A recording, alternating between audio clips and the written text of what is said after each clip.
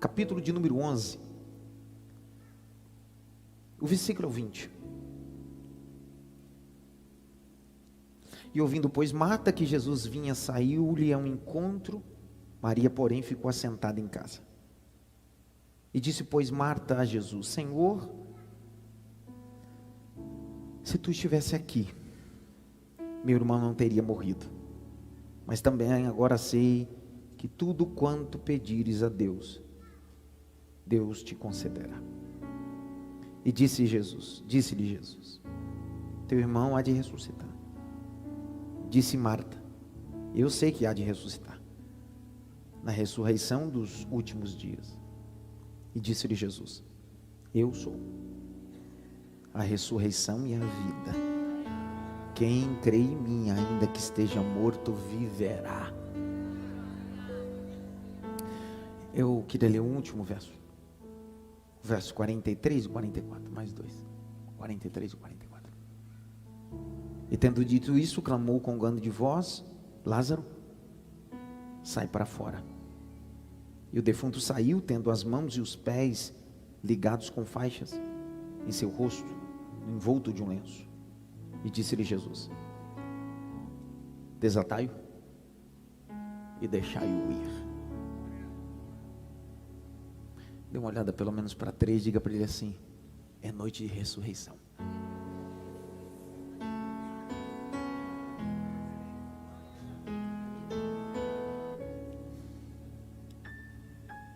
A teologia joanina, que assim é chamada teologia do apóstolo João, está preocupada em apresentar o Cristo homem. Essa é a preocupação do apóstolo João, tendo em vista que os seus textos, não só o texto do evangelista que nós lemos, mas as epístolas 1, 2 e 3, estão dentro de um período do ano 90 e ano 100 depois de Cristo. A ideia desses textos é combater o gnosticismo. O gnosticismo era um movimento de alta patente teológica e filosófica. Uma das coisas que esse gnosticismo acreditava era o sincretismo. E fora tudo isso, acreditava também que Cristo não veio em carne, parecia como carne. Por isso que a proposta de João sempre é apresentar Jesus em carne. Ele decide fazer isso no texto do capítulo 1. No princípio era o verbo era Deus e o verbo se fez e habitou dentro de nós. Ele decide repetir isso em sua primeira epístola, dizendo que aquele que não crê que Cristo veio em carne, esse cometeu tropeço sobre a regra de fé. Por isso que João não está preocupado em milagres, ainda que ele relate dentro dos seus capítulos e textos 7 milagres. De 35 milagres que Jesus operou, João faz questão de relatar 7. E desses 7, ele relata um inédito. Mateus não relata a ressurreição de Lázaro. Marcos não relata a ressurreição de Lázaro. Lucas, dentro das suas pesquisas, porque ele é pós-Cristo e pós os primeiros apóstolos, não relata a ressurreição de Lázaro. Só João. Se João não tem importância de relatar sobre milagre, então por que ele relata um milagre inédito? Porque João não está preocupado com o milagre, ele está preocupado com o relacionamento. Ele só relata esse milagre porque a pessoa que recebe o milagre da ressurreição não é um apóstolo, não é um pregador, não é um profeta, não é um evangelista. Ele era amigo de Jesus. Esse é o título que a Bíblia vai chamar: Lázaro, amigo. Eu poderia perder todos os meus títulos acadêmicos e eclesiásticos, trocaria todos esses meus títulos por um único título: amigo de Jesus. Numa busca desenfreada que vivemos na pós-modernidade, as pessoas estão atrás de muitas coisas e se esquecem que a melhor coisa que temos é ser amigo de Jesus Cristo. Alguns historiadores vão dizer, e eu tive a oportunidade de ir nessa aldeia, porque não era uma cidade, aldeia, Betânia, 17 quilômetros de Jerusalém, era perto, do ladinho. Todas as vezes que Jesus tinha necessidade de descansar, se alimentar e estar dentro do ambiente de afetividade, ele ia para Betânia. Por que em Betânia? Porque não só Lázaro era amigo, mas a casa de Lázaro se tornou amigo de Cristo. Quem aqui não se lembra que uma das feitas importantes é quando Jesus entra em Jerusalém, a entrada triunfal, e quando ele faz essa entrada em cima de um jumentinho para cumprir Zacarias, o texto diz que quando ele entra no templo, estão negociando, vendendo. Se você pegar os textos sinóticos, sinótico é na mesma perspectiva. Dentro dos 4 livros que compõem o Evangelho, 3 são chamados de sinóticos: Mateus, Marcos e Lucas. Se você pegar esses 3 textos, você vai perceber que quando Jesus entrou no templo, ele não chutou nada, não derrubou nada. A primeira coisa que ele fez foi ir para Betânia, 17 quilômetros. Aquela noite ele passou na casa dos amigos, refletindo tudo o que estava acontecendo em Jerusalém. Naquele dia, ele ficou com Marta, Maria e Lázaro.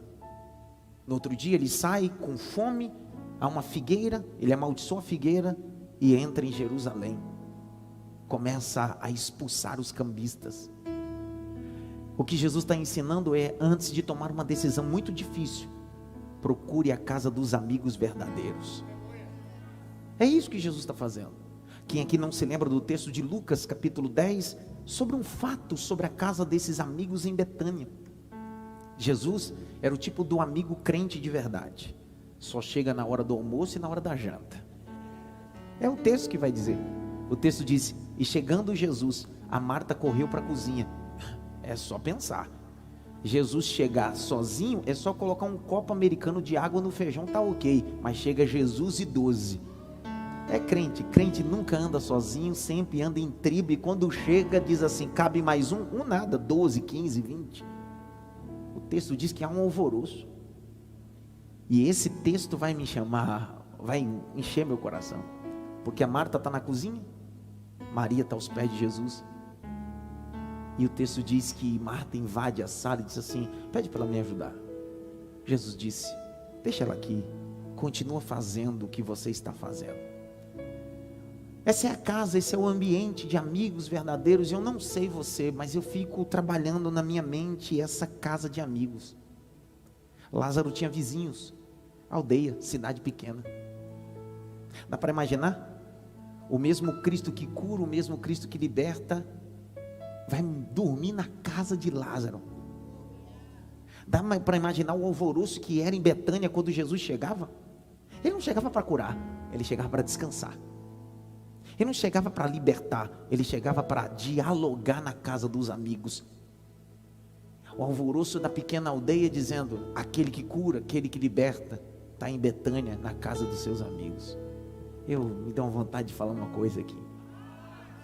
Eu queria essa noite sair daqui acompanhado pelo meu amigo. E eu queria que ele fosse comigo para minha casa, não para curar nem para libertar. É só para ele se sentir bem na minha casa, para ele sentar no meu sofá, para ele entrar no meu quarto, para ele mexer nas minhas coisas, que na verdade já não são mais minhas, é dele. Ele é o dono de tudo, ele é o dono de tudo. Eu não sei, mas eu fico pensando que muitas pessoas tinham inveja da casa de Lázaro, sim ou não? Sim ou não, pessoal? Presta atenção, enquanto alguns faziam fila, corriam atrás de Cristo, para que Jesus pudesse ir nas suas casas, Jesus chegava na casa de Lázaro sem ser convidado. Quando a pequena Betânia tinha um alvoroço, logo dizia, Lázaro, ele está chegando. Era só ter um burburinho, os paparazos em Betânia dizia, ele está chegando por aí. Quem eram os paparazos? Os escribas, os fariseus. Gente que só registra o que se acontece, mas deixa de desfrutar o acontecido. Só que aí nós começamos o capítulo 11 e eu termino.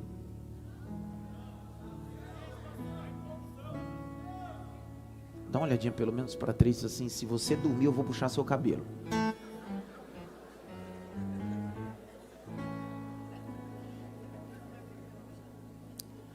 Pastor, e os careca? Toma um tapa.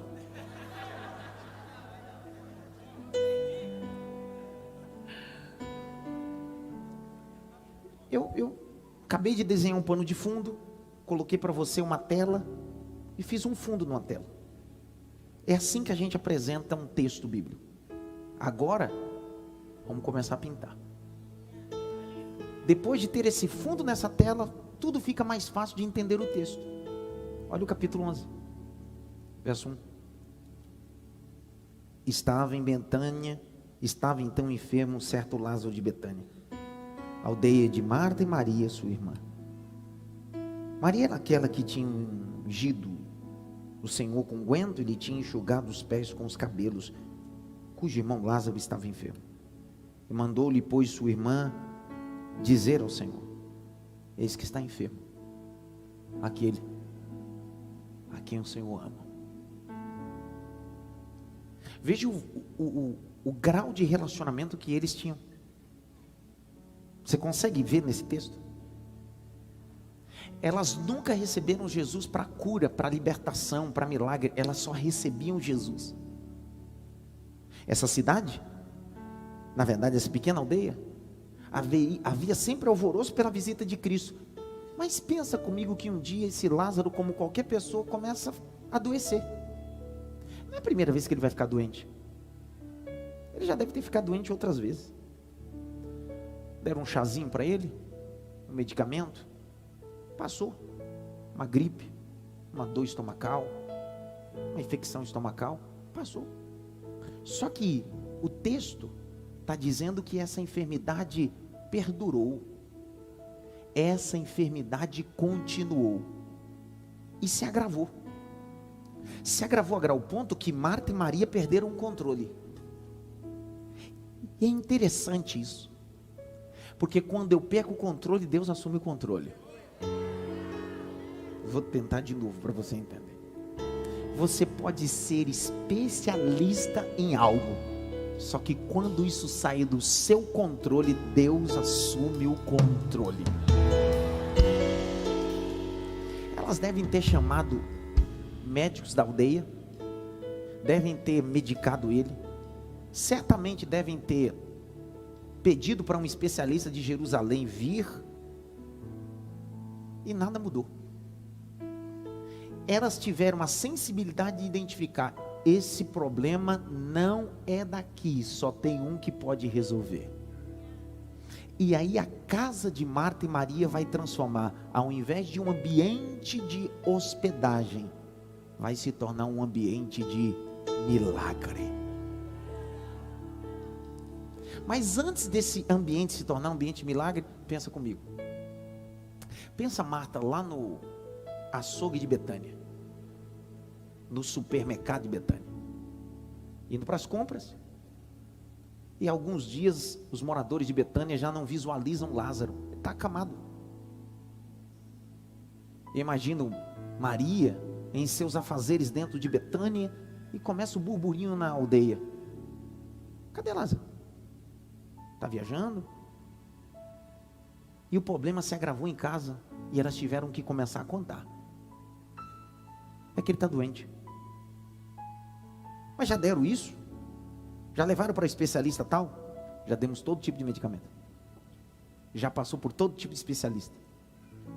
E aí eu imagino elas chegando em casa dizendo bem assim: está na hora de enviar mensagem para aquele que pode curar meu irmão. Aí você precisa pensar assim. Vamos criando essa história na nossa cabeça para a mensagem ficar mais fácil.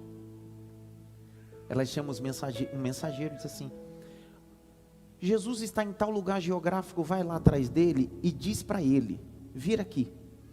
Só que essa mensagem está carregada com chantagem, porque às vezes a gente quer se aproveitar do relacionamento que a gente tem com Cristo. Eu vou de novo. Elas poderiam dizer bem assim: diz para Jesus que Lázaro está enfermo. Só que olha o capítulo 11, verso de número 3. No finalzinho, elas colocam diz que é aquele a quem Ele ama. Você já se comportou assim igual Marta e Maria, achando que só porque Deus te ama, você não pode passar por enfermidade? Só porque Jesus te ama, você não pode passar por desemprego? Só porque Ele te ama, você não pode passar pelo vale da sombra da morte? Não. Ser amigo de Cristo não te dá imunidade a coisas, te dá companhia sobre as coisas. Vou de novo. Ser amigo de Cristo não te dá imunidade. Não, eu não vou passar por isso. Não é imunidade, é companhia. Eu vou passar, mas a diferença é que eu não estou sozinho. Ainda que eu ande pelo vale da sombra da morte, eu não temerei mal algum, porque eu sei que tu estás comigo. A amizade te fornece companhia. Não pense que servir a Cristo te dá anticorpos espirituais. A partir do momento que você aceita Cristo, frequenta a igreja, lê a Bíblia, jejua e ora, ou é dizimista. Não, a partir de agora eu não vou viver problemas nenhum. Presta atenção, o amigo a quem ele amava ficou enfermo. Vai dizer para mim que agora, depois que você aceitou Jesus e começou a vir para a igreja, você acha que agora vai ser só 1000 maravilhas? Dá uma olhadinha pelo menos para ter assim, você é um brincalhão mesmo, né, cara?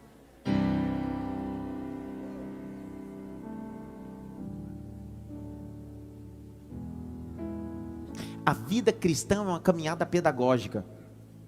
A vida cristã é uma caminhada pedagógica. Se eu caminho e não aprendo, não é no caminho do cristianismo que eu preciso ir. O cristianismo é muito mais do que uma caminhada, é um ensinamento. Só que eu gosto do capítulo 11, porque Jesus recebe o verso 3, o mensageiro dizendo, aquele a quem tu amas.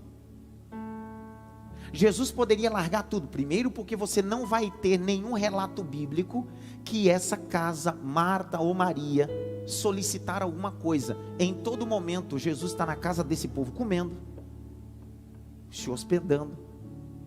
A Marta sabia o tipo de comida que Jesus gostava de comer. Era a Marta que forrava a cama para Jesus dormir. Essa casa conhecia facetas do Cristo homem que poucas pessoas conheciam, intimidade. Então eles queriam aproveitar essa porta de intimidade, dizendo bem assim, nós nunca pedimos nada, nunca fomos atrás de nada, o Senhor chega aqui com 12, a gente prepara a janta e hospedagem, o Senhor vem para cá com cabeça crente, com Jerusalém, fica aqui, a gente dá apoio, e agora, aquele a quem tu ama, que é teu amigo, está doente, então por favor, dá para largar tudo e vir atender? É essa mensagem que eles estão mandando, porque parece que às vezes nós vamos saindo de um nível de amigo para mandão, achando que Jesus é meu empregado, só porque você decidiu fazer alguma coisa por ele, ele tem a obrigação de fazer alguma coisa por você. O que você faz para ele não paga a atitude que ele realizou. Ele não está preso a nada, não é seu dízimo, não é o tanto que você lê a Bíblia, não é o tanto que você jejua, ele faz se ele quiser, ele abre se ele quiser, ele cura se ele quiser, porque a caminhada cristã é pedagógica.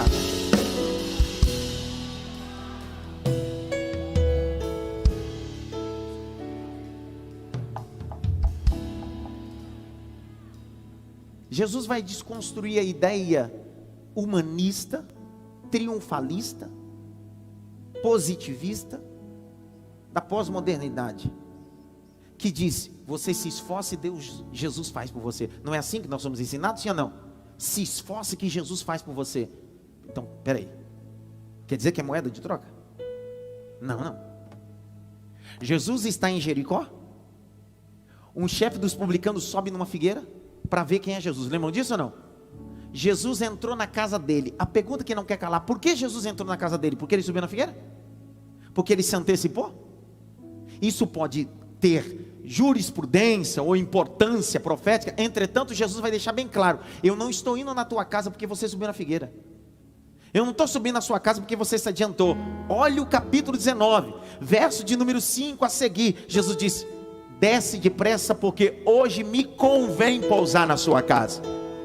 Jesus está dizendo, não é mérito do seu esforço, é a manifestação da minha graça. E vai de novo. Então deixa eu te falar uma coisa aqui, para você tirar esse jargão bem penteca da tua língua.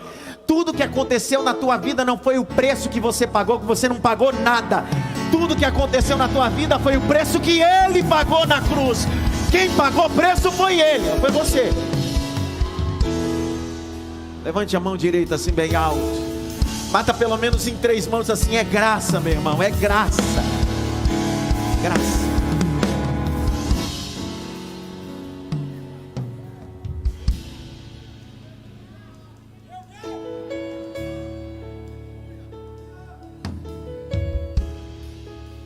Olha o capítulo 11, verso, eu estou caminhando, falta 10 minutos. E Jesus, ouvindo isso, disse: essa enfermidade não é para a morte, não é para a glória da morte, mas para a glória de Deus, para que o Filho de Deus seja glorificado. Presta atenção. Sabe qual é o grande problema de ser amigo? Porque só amigo é tão íntimo, para que o amigo verdadeiro Jesus utilize você como instrumento da sua glória. Vou simplificar. Quando a notícia chega, Jesus olha para os discípulos assim: fica tranquilo, daqui em diante tudo que vocês ouvirem, nada vai ser perca do controle. Eu sou o Senhor desse controle. Aí a gente acha que Jesus vai largar tudo. Grite bem alto: Jesus vai largar tudo. Porque a gente acha que só porque a gente vem nos cultos de terça, vem lá da zona sul, do interior, ou vem direto do trabalho. Cara, eu vim direto do trabalho, então Jesus tem obrigação de me curar, Jesus tem obrigação de fazer. É isso que a gente vai fazendo. Porque quando a gente vai orar, a gente vai orando sobre meritocracia. A gente vai dizendo: Senhor, o Senhor sabe que eu faço, o Senhor sabe que eu poderia estar em outro lugar, mas estou na tua casa. E Jesus dizendo: faz mais do que sua obrigação.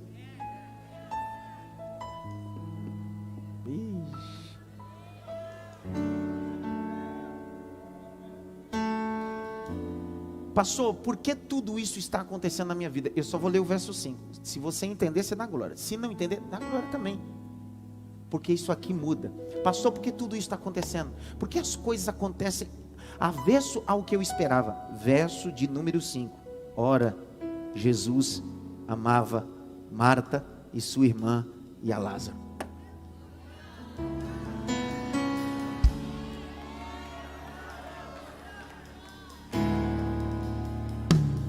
O que você está passando, isso não está revelando que Cristo deixou de te amar. Pelo contrário, isso confirma que Ele continua te amando. Nenhum pai vai poupar os seus filhos das experiências. E Cristo está dizendo: é porque eu te amo, estou abrindo a porta da experiência, do milagre na aldeia, em Betânia.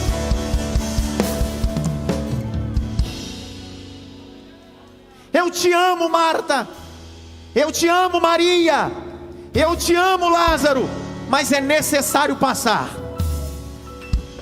Eu te amo, mas é necessário passar. Tudo bem, vou falar até a hora que você entrar na sua cabeça. Eu te amo, mas é necessário passar por isso. É necessário passar por esse período. Mas será que Ele me ama? Ele está dizendo no verso 5: eu te amo.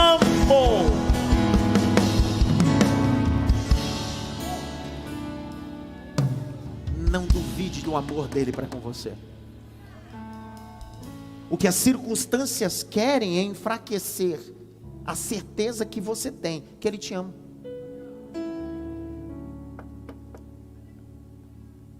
E o pior de tudo, olha o verso 6. Eu tenho 8 minutos. E ouvindo, pois, Jesus que estava enfermo, ficou ainda quantos dias? Não, tá de brincadeira, cara. Eu fico imaginando Jesus como pastor. O irmão solicita uma visita que está nas últimas. E o pastor chega depois que o indivíduo já morreu. O único que não pode se atrasar sou eu. Porque se por acaso o doente piorar e morrer, eu não terei o que Jesus tem.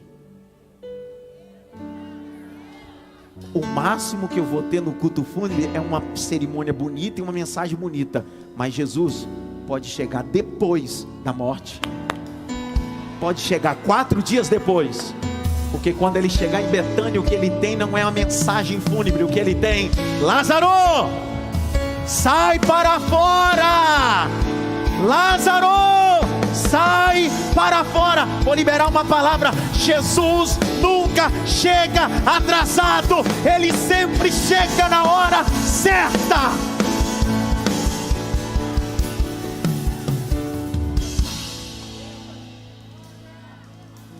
Quando o mensageiro chegou e comunicou a enfermidade de Lázaro,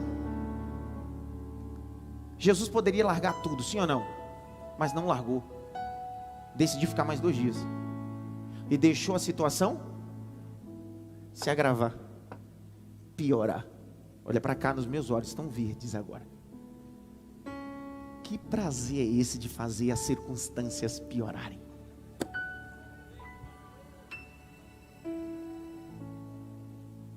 Mas para que, Senhor? Como é que o Senhor disse que me ama e era só vir aqui e colocar a mão? O Senhor deixou acontecer isso? Esse é o problema. Jesus nunca operou nenhum milagre na casa de Lázaro. Era ambiente de amigos, pessoas que ele amava.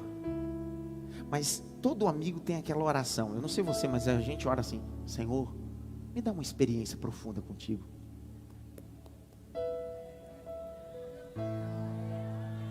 Você não sabe nem o que você está pedindo.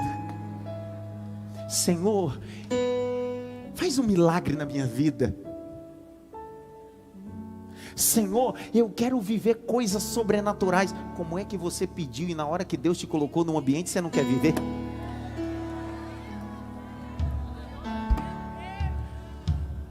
Ei, é porque eu te amo e nós somos amigos que eu decidi deixar a coisa piorar. Por quê?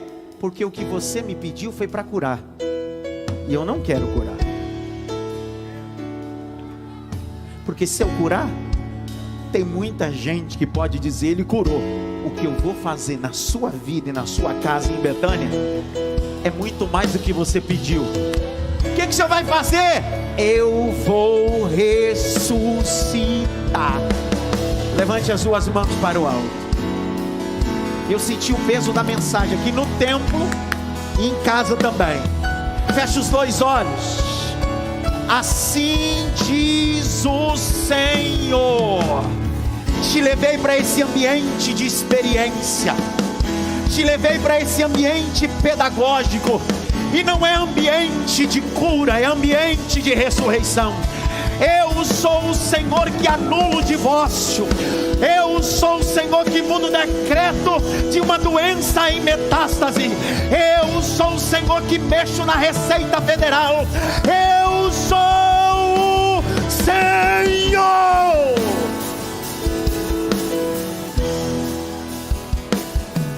Ebaracharama.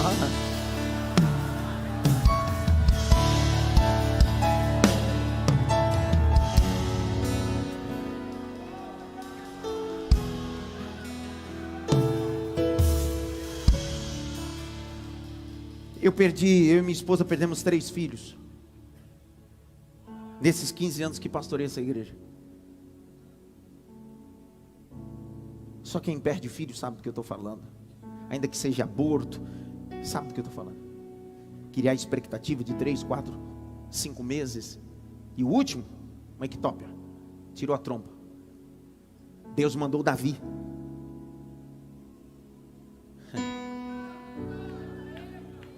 Pior de tudo não é isso.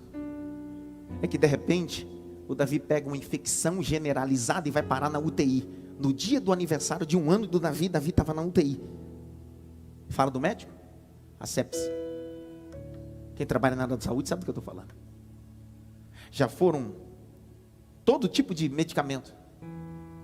E eu? Senhor, mas eu sou teu amigo. Eu cuido da tua obra e cuido dos teus. E por que o Senhor me deixa passar por isso? Simples. O que Deus estava dizendo é: você só pode falar de uma coisa quando você passa por isso. Deus está te levando para ambientes de experiência, não é teoria, é conhecimento. Pega na mão de alguém e diz assim: Deus está te levando para um ambiente de conhecimento.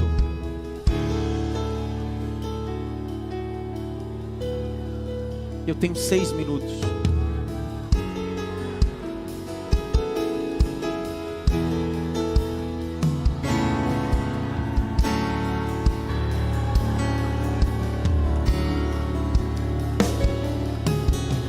Aí, lá vem Jesus. Ele chega, ó, olha para cá, para terminar. Eles mandaram o recado. O Lázaro piorou, morreu. Imagina o burburinho em Betânia. Cadê o amigo de vocês? Cadê o amigo de vocês? Marta, você não fazia comida para ele? Ele não conseguiu nem vir aqui curar. Pior de tudo, que começa o culto fúnebre de Lázaro, e na aldeia de Betânia, uma entrada principal, e todo mundo dizendo: pelo menos para o culto fúnebre ele vai chegar. Acabou o culto fúnebre, nem para o culto fúnebre ele foi. Olha o burburinho em Betânia. O contejo levando o corpo de Lázaro, porque não era sepultado, era colocado numa cavidade, e todo mundo indo até esse local, e todo mundo em Betânia. Parou Betânia, o amigo de Jesus morreu. Está todo mundo indo para ver se Jesus chega. Pior de tudo, Marta e Maria, em todo o tempo que elas vão caminhando para o sepulcro, eu imagino elas duas olhando para trás, dizendo assim: ele vai chegar, ele vai vir. De repente coloca o corpo de Lázaro e rola pedra, e começa a sair um ou outro, e eu imagino Marta e Maria ficando de frente àquela pedra, e olhando para a estrada principal, dizendo: ele não curou, não veio para o culto fúnebre, e nem sepultou, e ele diz que é meu amigo, e diz que me ama.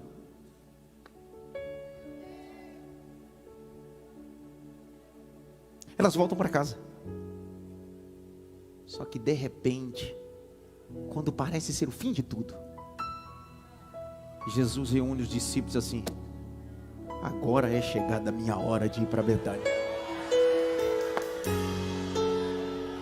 Aí os discípulos alvoroçados dizem: Senhor, mas ele está morto. Eu gosto da fala de Jesus. Jesus olha para eles assim: que morto, rapaz? Ele está só dormindo, eu vou acordar ele agora. Olha o que Jesus está dizendo: para você é o fim, mas para mim é só eu balançar, eu acordo. Para você é morte, para mim é sono. Eu sou o Senhor da vida.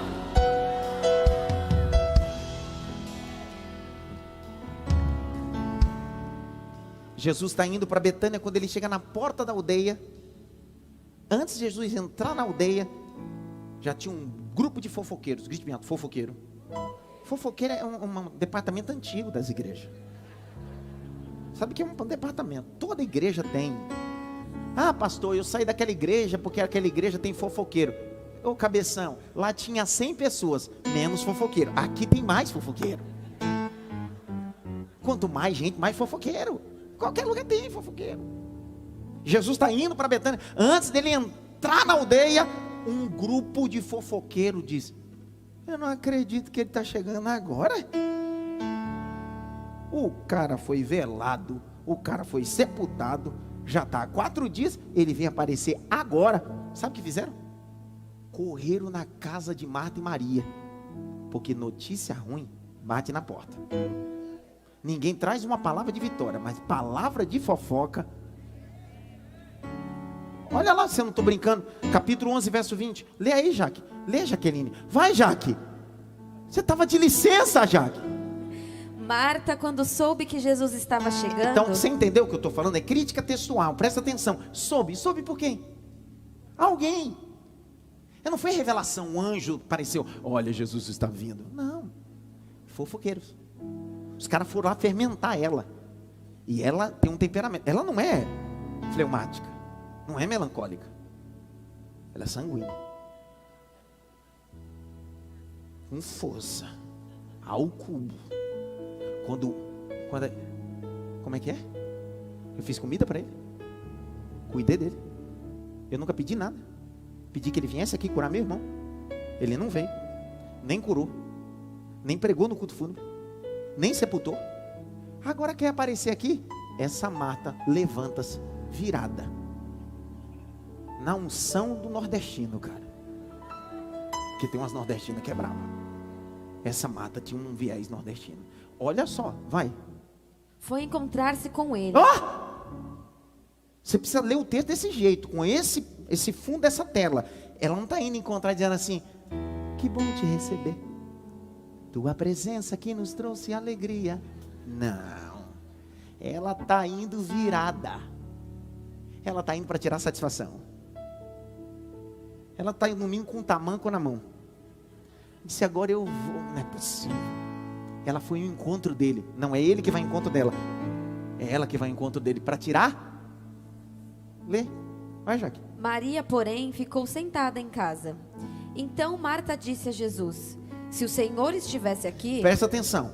Ela está conjugando o verbo no passado. Lembre-se que na língua portuguesa nós temos tempos verbais de pretérito. Entretanto, no hebraico não existe, só existe 3 tempos verbais: passado, presente, futuro. Então na regra gramatical verbal do hebraico não existe outro tempo, só existe esses 3 tempos. Por isso que Jesus disse: eu sou o mesmo ontem, hoje e eternamente. Ele diz: eu estou em todos os tempos. Só que ela utiliza a expressão, o verbo no passado, estar. Se o Senhor estivesse, continua: o meu irmão não teria morrido. Mas também sei que mesmo agora, tudo que o Senhor pedir a Deus, Ele concederá. Então presta atenção. Ela está dizendo assim: o Senhor chegou atrasado, mas o Senhor é assim com ele. Pede aí. Dá uma olhadinha pelo menos para 3 assim. Você é forgado, hein, mano? Forgado. Sabe o tipo da coisa que Jesus não faz no nosso tempo, e quando Ele decide fazer no tempo dele, a gente diz bem assim: fez mais do que obrigação. Meu Deus. Só que olha o verso de número 24. Lê, Jaque. Ao que Marta respondeu: eu sei que ele há de ressurgir na ressurreição no último dia. Marta é teóloga agora. Especialidade dela? Escatologia. Pós em escatologia. A Marta agora quer dar uma de teóloga. Ela quer subir o nível da... Eu sei, no último dia. Por quê? Porque a regra básica judaica, todo mundo sabia da ressurreição. Só que Marta estava com a mentalidade da ressurreição lá. Você quer ver uma coisa? Abra comigo, por favor, Isaías. Abre Isaías. O que ela estava dizendo sobre essa ressurreição? Que ressurreição é essa? Isaías 26, 19. Olha que ressurreição era essa. Todo judeu sabia dessa escatologia da ressurreição dos mortos. Não dali, mas dos últimos dias. Ou do último dia. Lê, Jaque. Os teus mortos e também o meu cadáver viverão e ressuscitarão. Despertem e cantem de alegria, vocês que habitam no pó. Porque o teu orvalho, ó Deus, será como o orvalho de vida, e a terra dará à luz os seus mortos. Agora abra Daniel capítulo 12, verso 2. Essa era a teologia da escatologia do judeu. Todos eles sabiam que no último dia seriam ressuscitados. Continua, leia. Muitos dos que dormem no pó da terra ressuscitarão, uns para a vida eterna, outros para a vergonha e horror eterno. Então perceba que Marta está dizendo: Senhor, o negócio é o seguinte, o Senhor chegou já atrasado, eu conjuguei o verbo do passado. Se o Senhor estivesse aqui, daqui a pouco agora ela abre uma lacuna e diz bem assim: eu sei que meu irmão vai ressuscitar, mas não é agora, é lá no último dia. Só que Jesus está dizendo: já que você acha que eu cheguei atrasado, verbo do passado, e eu sou Deus do futuro, eu vou te apresentar uma coisa. Se não der glória, agora eu te pego. Eu não sou só o Deus do passado, eu não sou o Deus do futuro. Aí ele decide conjugar o verbo no presente. 25. E disse-lhe Jesus: eu sou a ressurreição e a vida. Não eu serei, não eu fui, eu sou. O que Jesus está dizendo é: o que eu tenho para você não é para amanhã, é hoje. É hoje. É hoje. Acabou meu horário. Acabou. Tinha mais duas coisas para falar aqui, tão interessante. Aquelas coisas maravilhosas. Eu fui fazer até um curso de autópsia essa tarde. Fui fazer um curso de legista. Eu tô quase um legista, estou me sentindo um legista aqui hoje. Por quê? Porque de repente Jesus vai até o sepulcro, e a primeira coisa que Marta diz é: não mexe com essa pedra. Por que não mexe? Porque já cheira. Por que nós temos mania de não querer mexer em pedras que a gente diz que colocou em situações? Porque se mexer cheira mal.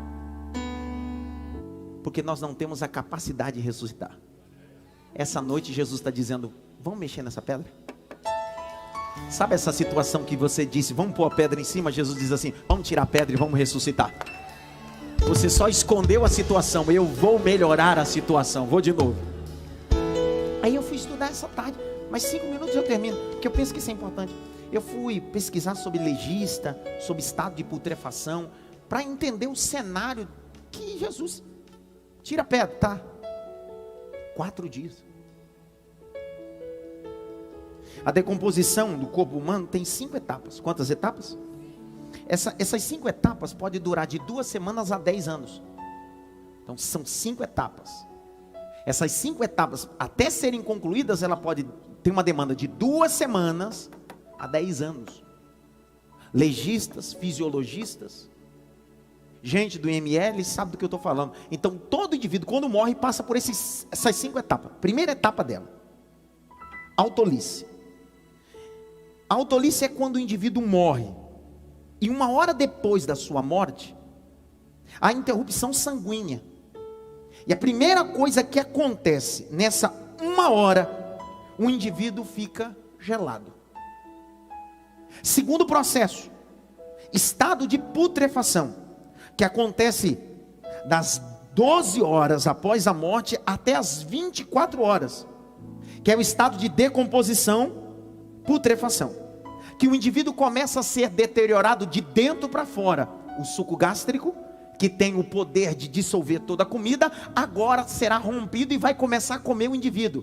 Porque o indivíduo no estado de putrefação não é comido de dentro para fora, ou devorado de dentro para fora, de fora para dentro, mas de dentro para fora.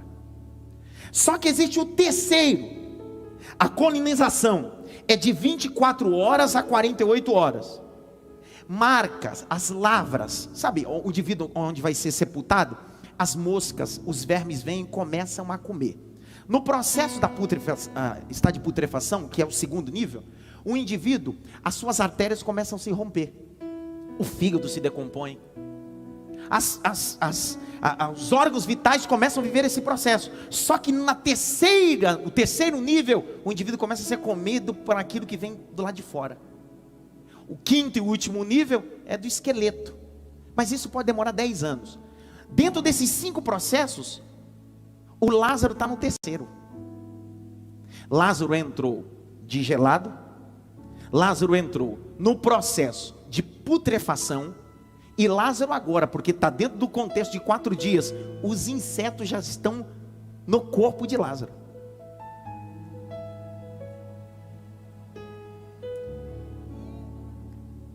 As artérias estão rompidas, o corpo em estado de putrefação, e lá vem Jesus. Tira a pedra.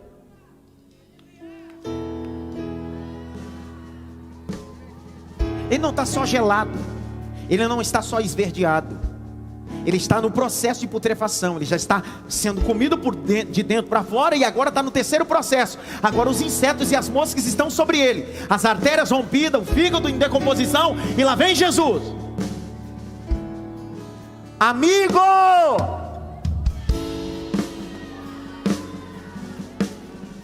Segundo Eclesiastes capítulo 12, diz que o indivíduo quando morre, o seu corpo vai para a terra, e o espírito volta a Deus, e a alma segue-se o juízo, porque o indivíduo é formado de uma tricotomia, corpo, alma e espírito. Então quem está no sepulcro não é a alma de Lázaro, nem o espírito de Lázaro, porque no dia que Lázaro morreu, o espírito foi aos céus. A alma de Lázaro está seguindo o juízo. A única coisa que tem no sepulcro é a matéria em estado de decomposição. Jesus abre e diz-me assim: Lázaro! A voz de Jesus não vai só horizontal em direção ao corpo de Lázaro. A voz de Jesus vai também vertical. Está dizendo: espírito, volta para o corpo. Alma, volta para o corpo. E nesse processo as artérias voltam a se ligar, o coração volta a bater, o cérebro volta a ter sangue, o fígado começa a ser restaurado, os insetos começam a sair.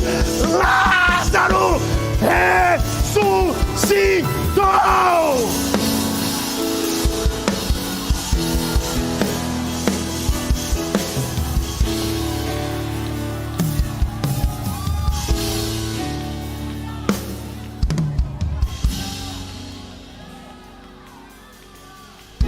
Nenhum legista pode explicar. CVO não dá para explicar. Coveiro não dá para explicar. IML não dá para explicar. A USP não explica. O Mackenzie não explica. A PUC não explica. Quem é que pode explicar? Ninguém. Por isso que é milagre. Por isso que é milagre.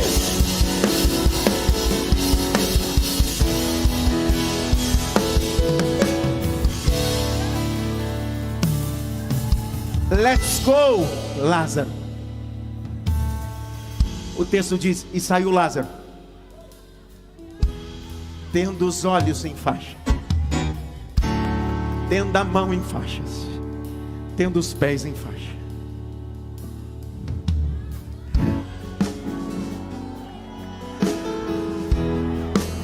Betânia, assim, porque a mesma turma que foi no dia do sepultamento, está todo mundo dizendo: eu quero ver o que ele vai fazer. Só que Jesus está dizendo: eu não quero curar o meu amigo, eu quero ressuscitar o meu amigo. O que os teus olhos não viram, o que o teu ouvido não ouviu, o que não subiu ao coração, é o que Deus vai fazer, vai realizar. Eu estou liberando essa palavra. Deus me chamou para ser profeta da palavra. Há uma mensagem de vida, há uma mensagem de ressurreição. O Brasil será ressuscitado pela mensagem do Calvário.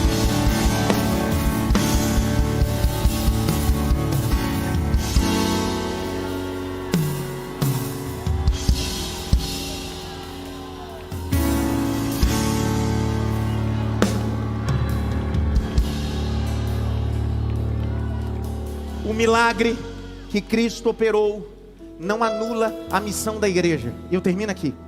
O milagre que Cristo operou em Betânia, em Lázaro, não anula a missão da igreja. Jesus ressuscita, mas quem desata os nós de Lázaro?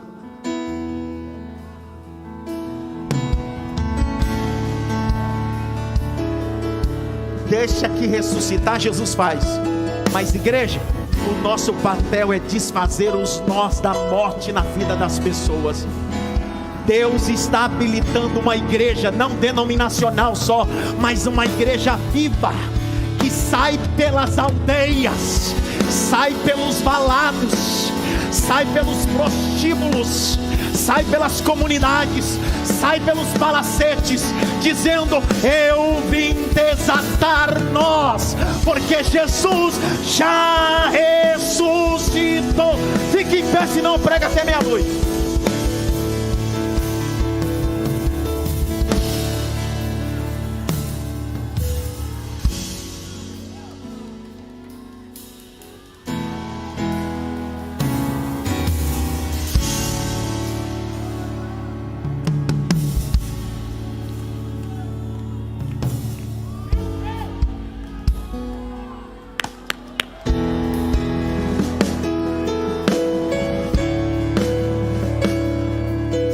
Jesus tivesse atendido o pedido de Marta e Maria, só Betânia seria atraído para a cura que Jesus ia ressuscitar.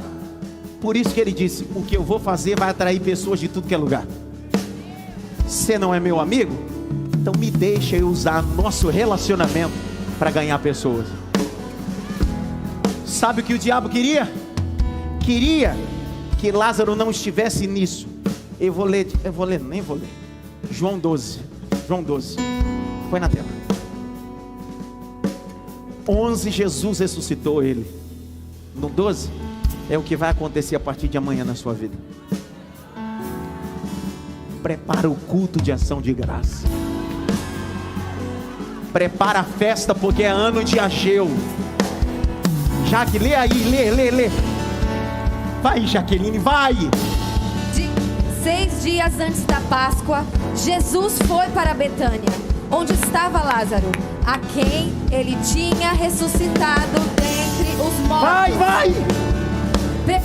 Prepararam-lhe ali uma ceia. Marta servia e Lázaro era um dos que estavam à mesa com Jesus. Vai! Então Maria, pegando um frasco de perfume de nardo puro, muito precioso, ungiu os pés de Jesus e os enxugou com os seus cabelos. Agora olha o verso 9, é o que vai acontecer na tua vida.